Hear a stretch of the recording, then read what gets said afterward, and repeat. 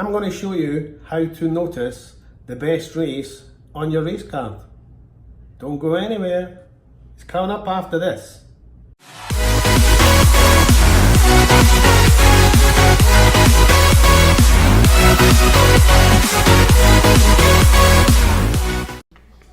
What's up guys, Dino here, welcome back to my racing channel. And on this video, what we're going to be looking at is how to notice the best race on the card, which is quite easy.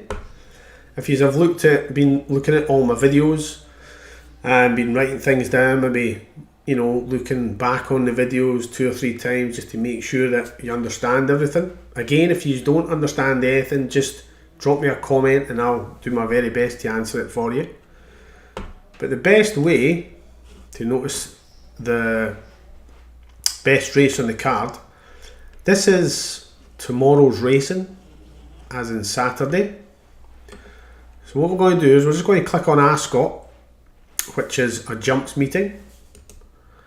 And here's all your races. So you have your first race, which is a class 2. Your second race, which is a class 2. Your third race, which is a grade 2. Your fourth race, which is a listed race. Your fifth race, which is a grade 2. You then have a grade 3. You then have a grade 1. And you then have a handicap hurdle. And then you have a flat national hunt race. So obviously the best race on the card is this one, the Betfair Ascot Chase Grade 1. Now there is 2 or 3 other very good races. There's a grade 3 there, a grade 2, another grade 2 and a listed race. So Ascot tomorrow is very good racing, but the best race to pick out of that, maybe some people would disagree, maybe some people would say maybe the Denman Chases are a good quality race, even though there is only 4 runners.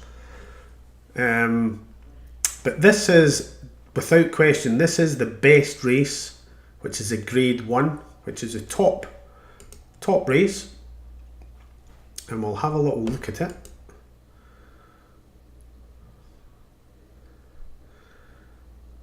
So there we are, 6 horses, and this is a type of field that I like to look at rather than looking at 12, 15, 20 runners, unless it's things like the Cheltenham Gold Cup or the Grand National or the Epsom Derby or the Prix de l'Arc de Triomphe or the Kentucky Derby, things like that, the Breeders' Cup. I like to look at these little small races because it only takes up possibly 15-20 minutes of your time, and if you've got 3 of these type of races in the card, it's quite easy to pick 3 horses out and obviously place your bet. But this one is a very good race. What is my ideal one of the winner? At the moment I'm not going to be handing out tips just yet. There's still a few things for you guys to learn before I will in time study a certain race or 2 races, probably when the flat season starts, and I will certainly be picking out what I think would win the race. So at the moment it was just to show you guys, just to see what it's like. Again, Ascot, the best race is this one here, the 355, the Betfair Ascot Chase, which is a grade 1. Now if we look at Haydock, and again you'll have a class 2, which is the first race, then you have a class 1, then you have a grade 2, then you have a handicap, then you have a handicap hurdle, then you have a grade 3, then you have a grade 2, and then you have a class 3. So in here there's the 155, which is a grade 2. You also have the 410, which is a grade 2, and you also have a grade 3. So again, good racing at Haydock as well, but I would be looking at the 155 because it only has 7 runners in it. I'd possibly look at the race above it because it is a good race again, which is a class 1, and it only has 5 runners in it. If you notice down here, your grade 3 has 16 runners in it, even though that is a trial for the Grand National. Very good race. And the one underneath has got 10 runners. I could possibly look at that one. That may take me just a little bit longer, but I'm used to anything from 8 horses down, 7, 6, 5 horses, 4 horses, then I'll look at, because it doesn't take up an awful lot of your time. So what I'm going to do is I'll go on to the next one, and the next one's going to be Wincanton. And if we open Wincanton,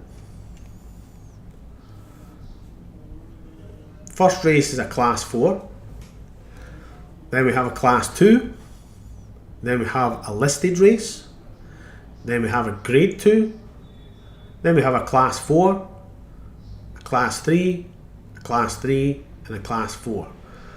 So this one sticks out like a sore thumb, which is a grade 2. That is the best race, and again there's only 5 runners in it, so I would certainly have a look at that race, and I would also have a look at the listed race, which has only got 5 runners in it. So again, that's the 2 best races there. Now we'll go to the Lingfield and Kempton, which is a flat racing, and again if we look at this, we have a class 6, which is not a very good race, a class 5, which isn't a really good race, but then we jump to a class 2, a class 4, a class 3, and a class 6. So the best race on there is the 240 because it's a class 2. And the next one from that is the 350, which is a class 3. So they're 2 decent races that I would again look at, because the class 2 only has 8 runners and the class 3 only has 6. And we'll go on to Kempton, which is a night meeting. And what we have here is a class 5, another class 5, another class 5, a class 4, a class 3, a class 2, a class 2, and a class 6. So without any doubt, these 3 races here are the best races in the card. This class 2, that's a class 2, so they're the 2 best races, and the next one up is your class 3. And again, I would probably look at those 3 races on the card, because the class 2 is 6 runners, the other class 2 is 6 runners, and the class 3 is probably the limit that I would go to is 10 runners. So again, quite easy to notice, but again, if you're going to the actual racetrack and you get your little card, all this information will be in there. I'm not saying that you can't have a bet on a class 5 or a class 5. What I'm pointing out is your class 5 races aren't very good races. It would take you a little bit more time, being a beginner, to study these. Professional gamblers and punters, they would have a look at it, and they would look at 4 or 5 different things, and they'd probably be able to pick the winner within minutes. So for you ladies and gents, what to do is, if you're going to watch it on the TV, or you're going to watch it at the racecourse, or you're going to watch it on your computer, pick out the best races, whether it be a class 2, class 3. If you've got 6 races on, say, at Kempton, and there's 6 races and they're all class 5s, the way that you've got to look at that is it really worth having a bet on that card? In my opinion, I wouldn't. A lot of people would, but I wouldn't. I just wouldn't do it, even if there was only 5 runners in 2 of the races. I would probably have a bet from a class 3 upwards, so your 2, your class 1, your listed, and your group races. unless it came to things like your Grand National and things like that. So if there's a Class 7 and a Class 6 or a Class 5, I won't have a bet on it. I possibly may have a bet in a Class 4, possibly, depending on how many runners there is. But certainly Class 3s, 2s, 1s listed in group races, yeah, I would probably have a bet on them. Alright, so that's how you spot and look for when you get your card, whether you're at the races, whether you're sitting in the house watching it on the TV and you're looking in the paper, or whether you're on the website on the computer and you're doing it on the computer. Always pick out a card and just say, for instance, you wanted to pick out Lingfield and you looked at Lingfield, pick out the 2 or 3 races or one race. It's up to yourself. But pick out the best race, and if you wanted to have a bet on it, then obviously you could have a bet on it. Alright?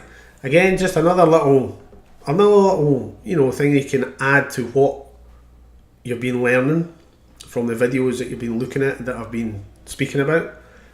Still a lot more to come, but if we just take a step-by-step time, within 2 or 3 months, you should have a really good idea on what to look for, whether you're at the track or whether you're watching it on the TV or whether you're in the bookies itself, etc.